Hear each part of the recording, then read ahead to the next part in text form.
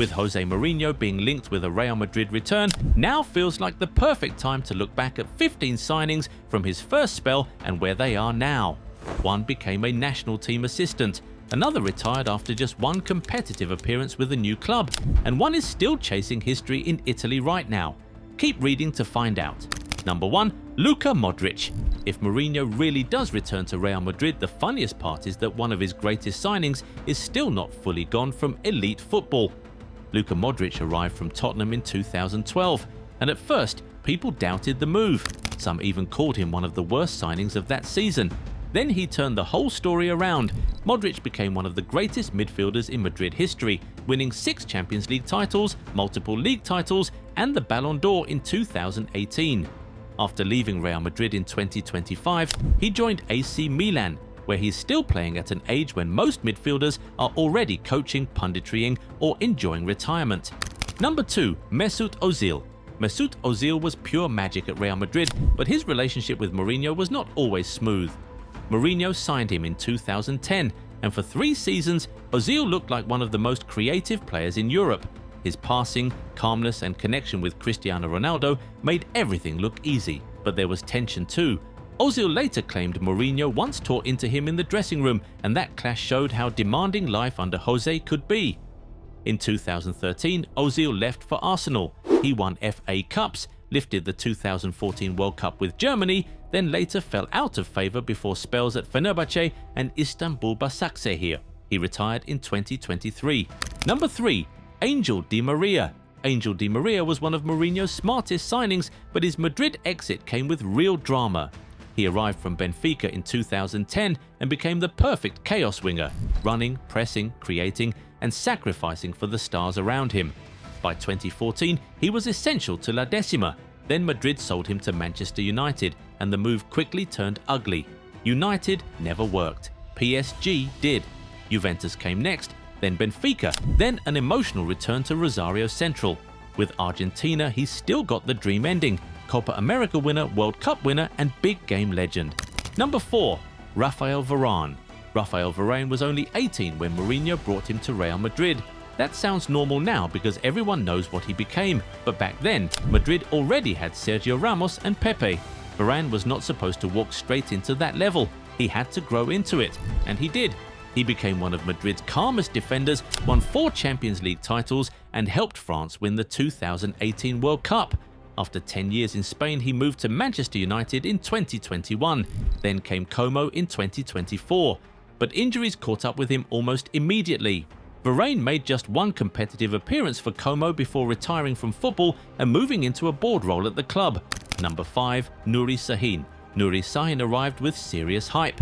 Mourinho signed him from Borussia Dortmund in 2011 after he had just helped light up the Bundesliga under Jurgen Klopp.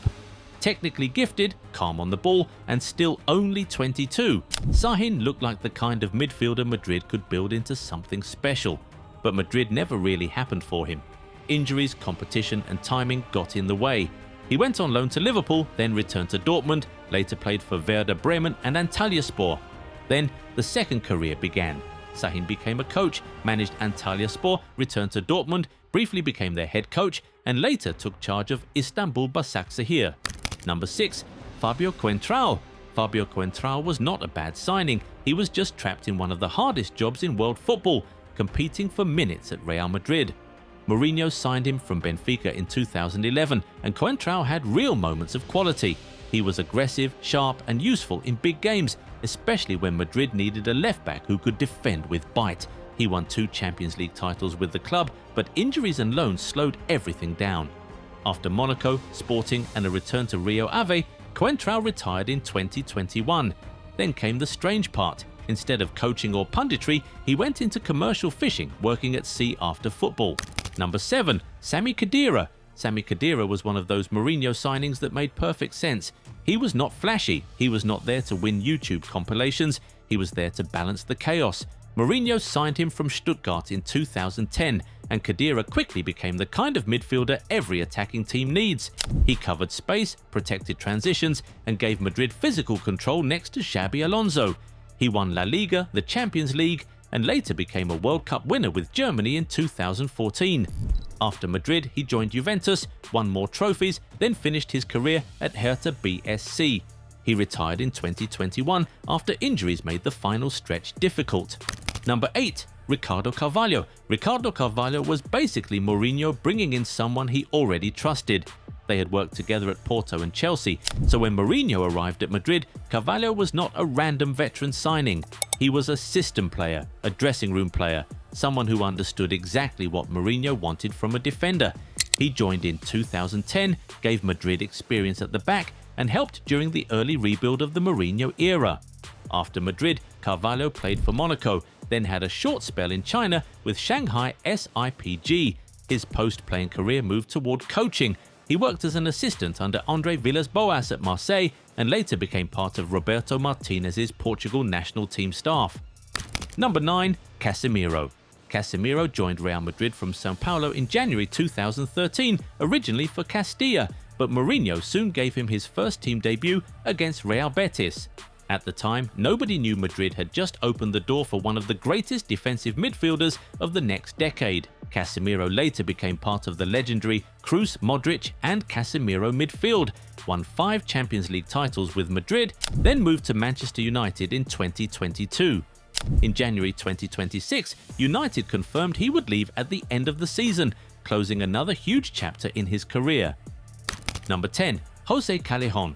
Jose Callejon was not a superstar at Madrid, but he was useful. Mourinho brought him back from Espanyol in 2011 after he had come through Real Madrid's academy.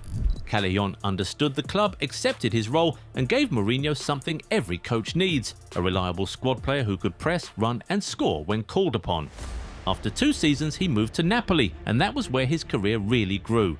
Callejon spent 7 years in Italy, became a key part of Napoli's attack, then moved to Fiorentina and later returned to Spain with Granada. He eventually joined Marbella, where he retired in 2025. Number 11. Pedro Leon. Pedro Leon's Madrid story is remembered less for what he did on the pitch and more for what Mourinho said off it. Madrid signed him from Getafe in 2010, but he never became a regular.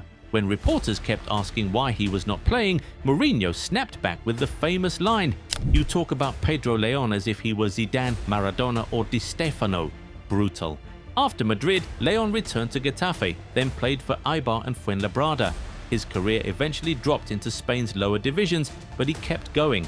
As of the latest update, he is still playing for Real Murcia. Number 12. Hamit Altintop. Hamit Altintop arrived in 2011 on a free transfer from Bayern Munich, but the low-risk move became low-impact fast. Injuries hurt him and he left after 1 season for Galatasaray. He later had a final spell with Darmstadt before retiring. After football, Altintop moved into administration. He joined the Turkish Football Federation Board in 2018, then worked as national team director before being replaced in 2024. Number 13. Diego Lopez. Diego Lopez was not a flashy Mourinho signing, but he became one of the most controversial. Madrid brought him back in January 2013 after Iker Casillas got injured. At first it looked temporary. Casillas was the captain, the legend, the untouchable figure. But Lopez played well, so well in fact that even when Casillas returned, Mourinho kept him in goal. That decision became one of the loudest dramas of Mourinho's final Madrid season.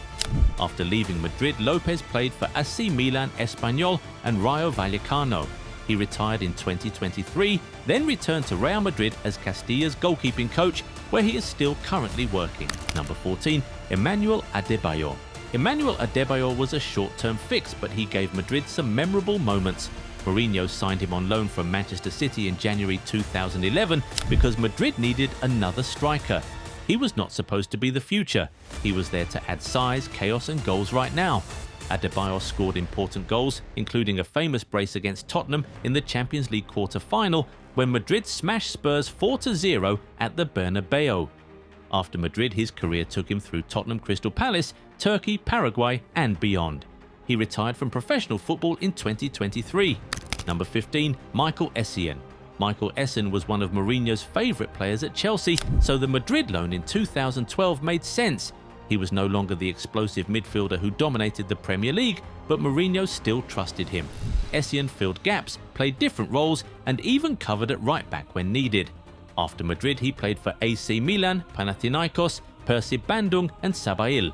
He later moved into coaching and worked as an assistant coach at FC Noord-Jylland. Anyway, we want to hear from you guys. If Mourinho really returns to Real Madrid, which of his old signings surprised you the most? And which Mourinho-era player should have had a bigger career at Madrid?